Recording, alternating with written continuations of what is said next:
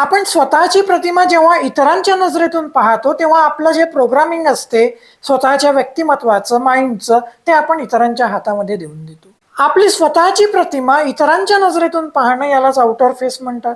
आता याची काही आपण साधे साधे उदाहरणं पाहू. क्रिकेटमध्ये अजित आगरकर नावाचा एक बॅट्समन होता. तो ऑस्ट्रेलियासोबत सतत डकवर म्हणजे शून्यावर आउट व्हायचा आणि ऑस्ट्रेलियन्सने त्याचं नावच ठेवलं बॉम्बे डक, जेणेकरून सतत त्याला आपण बॉम्बे डक आहोत, सतत डक करणारे आहोत याची आठवण राहावी. आणि त्याचं नाव बॉम्बे डक पडल्यामुळे आता जर त्याने ते बॉम्बे डक आपण आहोत हा विचार सतत केला तर तो स्वतःची प्रतिमा ऑस्ट्रेलियन्सच्या नजरेतून पाहिल. सेम गोष्ट आहे जेव्हा 1999च्या वर्ल्ड कपमध्ये साऊथ आफ्रिका ऑस्ट्रेलिया सोबत क्रिकेट वर्ल्ड कपची सेमीफायनल हरला होता. म्हणजे मॅच टाय झाली पण रन रेटच्या आधारावर ऑस्ट्रेलियाने एंट्री केली होती फायनलमध्ये. त्यावेळेस स्टीव्ह वॉने स्टेटमेंट केलं होतं की साऊथ आफ्रिकन्स आर चोकर्स. आणि मग बॅरी रिचर्ड्स या साऊथ आफ्रिकेच्या जुन्या बॅट्समनने त्याच्यावर टीका केली होती की हा माइंड गेम खेळतो आहे, की साऊथ आफ्रिकेला नेहमी हे आठवत राहावं की आपण चोकर्स आहोत, म्हणजे महत्वाच्या क्षणी चुका करून मॅच हरणारे आहोत, म्हणून हे स्टेटमेंट केलं गेलेलं आहे. म्हणजे हे एक सजेशन आहे. आणि आपल्या या स्टेटमेंटच्या माध्यमातून साऊथ आफ्रिकेला स्वतःची प्रतिमा तो स्वतःच्या नजरेतून पाहायला भाग पडत आहे, तुम्ही चोकर्स आहात असं म्हणून. तिसरंही एक उदाहरण आहे. सचिन तेंडुलकरने 16 वर्षाचं वय असताना डेब्यू केला होता. पण हा डेब्यू कोणासोबत होता? पाकिस्तान सोबत होता. त्या टीममध्ये कोण कोण होता? तर वसीम अक्रम होता, वकार यूनुस होता, इम्रान खान होता, अकीब जावेद होता. सगळे हे जगातले सर्वोत्तम फास्ट बॉलर्स. डेब्यू कुठे? पाकिस्तानमध्ये. वय किती? 16 पेक्षाही काहीसं कमी. आणि तो दिसायचा इतका लहान की तो 14चाच वाटायचा. आणि हा लहान मुलगा काय करेल असं सगळ्या पाकिस्तानींना वाटायचं. आता त्यांच्या नजरेतूनही त्या प्रेशरमध्ये सचिन स्वतःकडे बघू शकत होता आणि स्वतःच्या नजरेतूनही बघू शकत होता. आता त्याने कोणाच्या नजरेतून बघितलं आणि तो त्या टूरवर का सक्सेस झाला हे तुम्ही मला नक्कीच सांगू शकता. फाउंडेशन ऑफ लाईफ या सिरीजमध्ये आपण वेगवेगळ्या पर्स्पेक्टिव्हची चर्चा करतो आहे, ज्यांच्या आधारावर आपलं आयुष्य उभं राहू शकते. असे व्हिडिओ वारंवार बघण्यासाठी तुम्ही माझं चॅनल जे आहे ते सबस्क्राईब करा. तर मित्रांनो, आपल्या दैनंदिन आयुष्यात सुद्धा आपल्याला आउटर फेसला सामोरं जावं लागतं. साधारणतः शाळेमध्ये एखादा विद्यार्थी जर वारंवार चुकत असेल तर त्याला विशिष्ट असं लेबल लावलं जातं आणि वारंवार तू कच्चा आहेस, तू ढ आहेस असं म्हटलं जातं. आणि त्यातून सुद्धा त्याचा आउटर फेस तयार होतो, कारण त्या लहान वयामध्ये त्याला इतरांच्या नजरेतूनच स्वतःची प्रतिमा जी आहे ती बघावी लागत असते. त्याचवेळी एखाद्याला हुशार म्हटलं जातं, त्याचेही तसेच परिणाम होऊ शकतात. पियर ग्रुपमध्ये सुद्धा वेगवेगळ्या पद्धतीने आउटर फेस दिलं जातं. आणि जेव्हा जेव्हा लेबलिंगची प्रक्रिया जिथे कुठे घडत असते तिथे सगळीकडे आउटर फेस आपला तयार केला जातो आणि आपल्या सतसत विवेक बुद्धीचा वापर करून आपल्याला आउटर फेस काढून टाकून स्वतःच्या नजरेतून स्वतःची जी प्रतिमा आहे ती बघावी लागत असते. दैनंदिन जीवनातही आउटर फेस आपल्याला वेगवेगळ्या ठिकाणी आढळून येतात. आपल्याकडे साधी हुंड्याची प्रथा आहे. मराठवाड्यातल्या एका मुलीचं उदाहरण आहे. मला नाव नेमकं आठवत नाही, पण बापाजवळ हुंडा द्यायला पैसे नाही, हुंडा खूप मागितला जात आहे आणि आपलं त्याशिवाय काही अस्तित्वच नाही, या गृहीतकातून एका मुलीने अक्षरशः आत्महत्या केली होती. मोठं लग्न आपल्या वडिलांना करता येणार नाही हेही त्याचाच एक भाग आहे. आणि आपण या गोष्टींच्या दबावाखाली येऊन अगदी मुली आत्महत्यांपर्यंत जात आहे. हा जो फेस आहे हा आउटर फेस आहे. याचं आणखीन एक उदाहरण, सिरियस उदाहरण आहे, ते म्हणजे पायल तडवी. पायल तडवी ही आदिवासी समाजातली एक मुलगी होती जिला वारंवार तिच्या आदिवासी असण्यावरून टॉर्चर करण्यात आलं आणि तिने त्यातूनच आत्महत्या केली होती. अर्थात या दोन्ही केसेस ज्या आहेत त्या एक्स्ट्रीम केसेस आहेत हे खरं आहे, परंतु न्यूनगंड भीती निर्माण होण्याची जी प्रक्रिया आहे ती मात्र याच प्रकारची आहे. अनेक वेगवेगळ्या प्रकारच्या ज्या सामाजिक धारणा आहेत त्या सामाजिक धारणा सुद्धा आपल्यामध्ये एक आउटर फेस तयार करतात आणि नकळत आपण आपली प्रतिमा इतरांच्या नजरेतून बघायला लागतो. पुष्कळदा वारंवार हॅमरिंग केल्या जाणं, वारंवार एकच एक गोष्ट तुमच्या समोर बोलल्या जाणं, किंवा एखादा दृष्टिकोन, म्हणजे समजा तुम्ही परीक्षेमध्ये फेल झाला आहात तर एखादा दृष्टिकोन की तू अपयशीच आहे किंवा तुला हे जमतच नाही, तू हे करू शकत नाही, अशा प्रकारचा दृष्टिकोन तुमच्यामध्ये जेव्हा पेरला जात असतो त्यावेळी तुमचा आउटर फेस जागृत केला जात असतो आणि त्याच वेळेस तुम्हाला सावध राहावं लागत असते. आउटर फेस क्रिएट होण्याचं आणखीन एक कारण असतं. आपल्या आसपास अनेक मोठी माणसं असतात, महान माणसं असतात, ते यशस्वी असतात, त्यांनी अनेक चांगली कामं सुद्धा केलेली असतात आणि त्यामुळे आपण त्यांचा आदर देखील करत असतो. पुष्कळदा या माणसांच्या सानिध्यात जेव्हा आपण राहतो तेव्हा अनेक वर्ष अशी गेल्यानंतर आपल्याला समजतो की ज्या माणसांना आपण महान समजत होतो तो माणूस तर बऱ्यापैकी लहान आहे. आणि मग त्यावेळी पुष्कळदा आपल्याला पश्चातापही होतो आणि तोपर्यंत आपल्या व्यक्तिमत्वाचं बऱ्यापैकी नुकसान सुद्धा झालेलं असतं. आणि म्हणून माणूस कितीही मोठा असला तरीही या गोष्टीचं भान बाळगा की प्रत्येक माणसाचे पाय हे शेवटी मातीचेच असतात. कारण कोणताही माणूस शेवटी इम्परफेक्ट असतो, कोणीही परफेक्ट असू शकत नाही. आणि म्हणून याचं भान बाळगून तुम्ही माणसांचं समर्थन करण्यापेक्षा त्यांच्या भूमिका पटत असतील तर त्या भूमिकांचं समर्थन करा. ती माणसं कोणती मूल्य पाळतात, ती मूल्य तुमच्यासोबत जुळत असतील तर त्या मूल्यांचं समर्थन करा, माणसांचं समर्थन करू नका किंवा माणसांचं समर्थन टाळा. मग हा आउटर फेस टाळण्यासाठी काय करता येईल? सगळ्यात पहिली गोष्ट म्हणजे दगड बना. आपण पुष्कळदा असं म्हणत असतो की हा तर काय दगडच आहे, याला तर जराही लाज वाटत नाही, याच्यावर काही परिणामच होत नाही. बिलकुल त्या व्यक्तीसारखे बना. तो व्यक्ती एक आउटर फेस दूर करण्याच्या दृष्टीने आदर्श व्यक्ती आहे.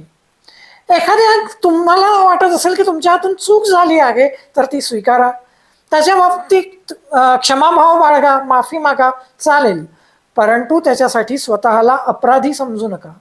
इतरांच्या बोलण्याचा स्वतःवर परिणाम करून घेऊ नका, तर दगड बना आणि स्वतःच्या सत्सद्विवेक बुद्धीला काय पटते याला महत्व द्या. लक्षात घ्या, लाज वाटणं ही चांगली भावना नाही.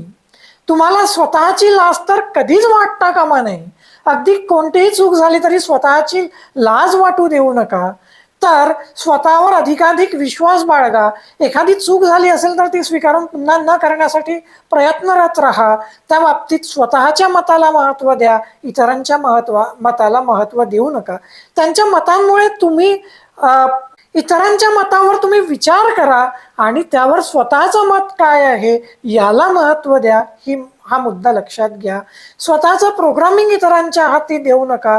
दगड बना या गोष्टीचा अर्थ नेमका हा आहे. एकटेपणाला कधीही भिवू नका. पुष्कळदा मुलांना दारूची व्यसनं लागतात. मुलं अगदी सभ्य असणारी मुलं चिडीमारी करायला लागतात आणि त्याचं कारण असते पियर प्रेशर, आसपासच्या मित्रांचा दबाव. ते म्हणत असतात की तू चिडीमारी करत नाही, मुलींच्या मागे लागत नाही म्हणजे तू मर्द नाहीस. आणि मग ग्रुपच्या नॉर्म सोबत, ग्रुपच्या या टेंडन्सी सोबत जुळण्यासाठी मुलं बिघडायला लागतात आणि त्याचा परिणाम हा होतो की मुलं वाईट मार्गाकडे वळतात. मग सगळ्या ग्रुपने एकटं पाडलं तरी चालेल, पण मी माझ्या तत्वांवरून हटणार नाही, मला जे पटते त्याच्यावरून मी हटणार नाही, ही जिद्द बाळगा. लक्षात ठेवा, तुमचंही कोणापासून काही अडणार नाही किंवा इतरांचंही तुमच्यापासून काही अडणार नाही. तुम्ही फक्त ही जिद्द बाळगा, मार्ग आपोआप निघत जातील. स्वतःच्या निर्णयांवर, स्वतःला जे काही पटते त्यावर ठाम राहा. एक गोष्ट लक्षात ठेवा, गिल्ट देऊन तुम्हाला तुमचे निर्णय बदलवायला भाग पाडले जाऊ शकते. मी बघ तेव्हा तसं सांगितलं होतं ना, झालं की नाही असं, म्हणजे तुला तर काही अक्कल नाही, तू माझं ऐकलं असतं तर बरं झालं असतं. आता पुष्कळदा यामध्ये प्रामाणिक भावना सुद्धा असतात बरं, पण या माइंडसेटचा परिणाम काय होतो? या माइंडसेटचा परिणाम हा होतो की तुमची निर्णय घेण्याची जी क्षमता आहे ती संपायला लागते. कारण जगात अशी कोणतीच व्यक्ती नाही ज्या व्यक्तीचा निर्णय कधीच चुकला नाही. आणि जर चुकायला घाबरले तर तुम्ही कधी निर्णयच घेऊ शकणार नाही. मग त्यामुळे तुम्ही स्वतःच्या निर्णयांवर ठाम राहा. निर्णय चुकला तर त्यातून तुम्ही शिकाल, परंतु अशी जी मानसिकता आहे की माझं ऐकलं नाही या लोकांपासून दूर राहा. चुकीचे निर्णय घ्या, पण निर्णय घेत राहा. आणि कधी ना कधी तुम्ही बरोबर नक्कीच याल. पण या पद्धतीने आउटर फेस स्वीकारण्याची जी प्रक्रिया आहे ती टाळा. दुसरी गोष्ट, मी मोठ्या माणसांबद्दल तुम्हाला सांगितलं. ही मोठी माणसं तुम्हाला सांगत असतात, बघ माझं ऐकशील तर तुझं असं भलं होईल, माझं ऐकशील तर तुझं तसं भलं होईल. परंतु ही प्रक्रिया जी आहे ती तुम्हाला नियंत्रित करण्याची प्रक्रिया असते, ही बाब सुद्धा लक्षात घ्या. आणि याचं भान बाळगून स्वतःचा योग्य विवेक बाळगा, स्वतःचं प्रोग्रामिंग, स्वतःचे निर्णय स्वतःच्या हातात ठेवा. आणि त्यासाठी कुणाचेही व्हॅलिडेशन घेऊ नका. आपण व्हॅलिडेशन घेतो म्हणजे नेमकं काय करतो, तर आपला निर्णय, आपण जे काही कृती केली असेल ती योग्य आहे की अयोग्य आहे हे तपासून पाहतो. त्याच्या बाबतीत इतरांची मतं काय आहेत हे आपल्याला जाणून घ्यायचं असते.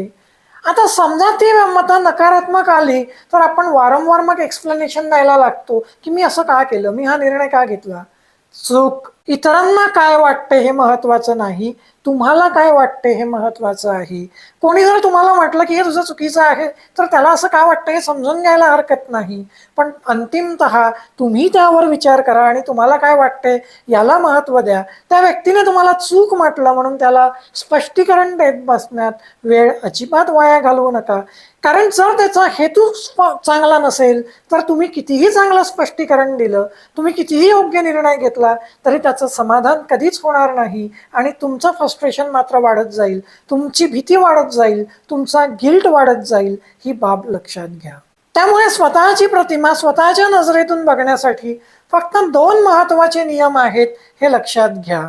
पहिला नियम, स्वतःच्या सत्सद्विवेक बुद्धीला महत्व द्या. जे तुमच्या सत्सद्विवेक बुद्धीला पटते, रुचते त्यावरच विश्वास ठेवा.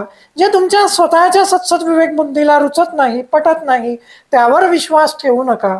इतरांच्या मतांना तुम्ही विचारात घेऊ शकता, त्यावर विचार करू शकतात, पण अंतिमतः तुमचं जे मत आहे, ओपिनियन आहे ते महत्वाचं आहे. इतरांचं मत आणि ओपिनियन महत्वाचं नाही. आणि दुसरा महत्वाचा नियम, कधीही ढोंग करू नका. ढोंग केल्यामुळे तुमचा जो कॉन्फिडन्स आहे तो कॉन्फिडन्स कमी होतो आणि जे तुम्ही नाही ते तुम्ही स्वतःला दाखवायला जातात आणि या प्रक्रियेमध्ये खूपदा तुम्ही जे काही आहात ते सुद्धा तुम्ही गमावून बसतात. त्यामुळे ढोंग करू नका. हां, याचा अर्थ आपण आपली सगळी गुपितं सांगत सुटलो पाहिजे असा होत नाही. आपण काही गोष्टी आपल्या राखून ठेवल्या पाहिजे. जर कोणी 4 चौघात आपली गुपितं, आपले वीक पॉइंट्स उघड करत असेल आणि आपण कसे कमकुवत आहोत हे वारंवार बोलत असेल तर अशा व्यक्तीपासून अंतर तयार करा, त्या व्यक्तीला महत्त्व देणं बंद करा. परंतु आपण तसे नाहीत, आपण काहीतरी वेगळेच आहोत हे दाखवत बसण्याच्या भानगडीत पडू नका. तर स्वतःवर भले तुम्ही काम करा, परंतु स्वतः तुम्ही जे आहात त्या पद्धतीने स्वतःला प्रेझेंट करा, हे महत्वाचं आहे. इतरांच्या मतांपेक्षा स्वतःचा विकास करण्यात, स्वतःला ग्रो करण्यात आपली एनर्जी लावणं जास्त महत्वाचं असतं, हे समजून घ्या. या विषयावर आणखीन आपण सखोल चर्चा करत राहू. सध्या मी इथेच थांबतो. धन्यवाद.